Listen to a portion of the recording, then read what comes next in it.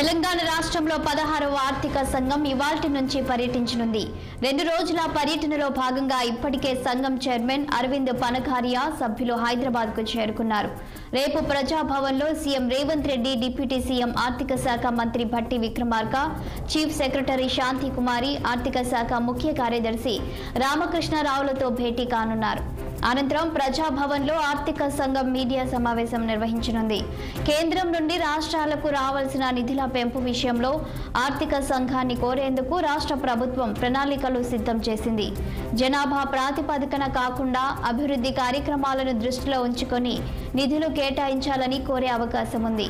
వర్షాలు, కరువులు వచ్చినప్పుడు జాతీయ విపత్తుల నిధులను పెంచాలని విజ్ఞప్తి చేయాలని నిర్ణయించింది.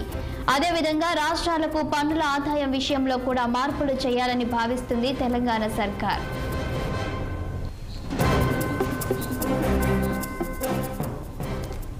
ఇక ఇదే అంశంపై మరింత సమాచారం మా political bureau chief Ram phone line లో అందించడానికి సిద్ధంగా ఉన్నారు. గుడ్ మార్నింగ్ రామ్, చెప్పండి. ఇక ఫైనాన్స్ కమిషన్ పర్యటన నేపథ్యంలో అప్డేట్స్ ఏంటి? Good morning Shalini. కేంద్ర ఆర్థిక సంఘం రాష్ట్రంలో 2 రోజుల పర్యటన నిమిత్తం నిన్న రాత్రి హైదరాబాద్ కు చేరుకుంది.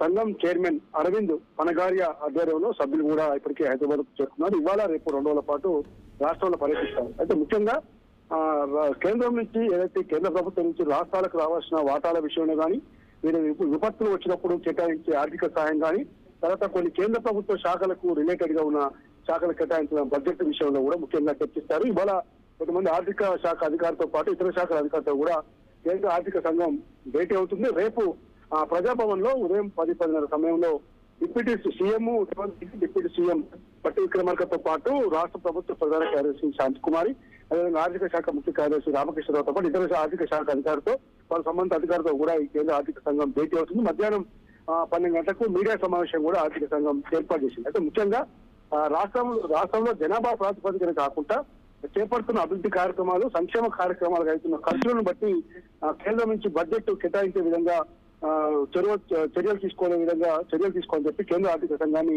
ప్రభుత్వం కోరేందుకు సిద్ధపడుతుంది. ఇప్పటికే రాష్ట్ర ముఖ్యమంత్రి, ప్రభుత్వ ప్రధాన కార్యదర్శి, ఆర్థిక శాఖ కార్యదర్శితో పాటు డిప్యూటీ సీఎం ఇప్పటికే దాదాపు 1 రోజంతా కూడా ఈ సమావేశంలో పొందుపరచాల్సిన అంశాలపై చర్చ జరిగింది.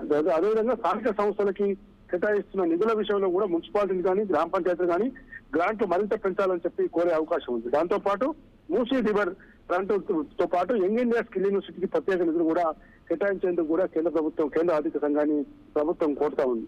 అదేవిధంగా పన్నుల ఆదాయంలో 41% రాష్ట్రాలకు హక్కు పంచాల్సి ఉంటే కేంద్రం ఇప్పుడు కేవలం 29.6% ఉంది. దీన్ని ఖచ్చితంగా ఇంకా మిగతా 11.4% కూడా రూపంలో కేంద్రం ఆదాయం సమకూర్చే విధంగా చర్యలు తీసుకునే విధంగా కేంద్ర ఆర్థిక సంఘాన్ని కోరే అవకాశం ఉంది.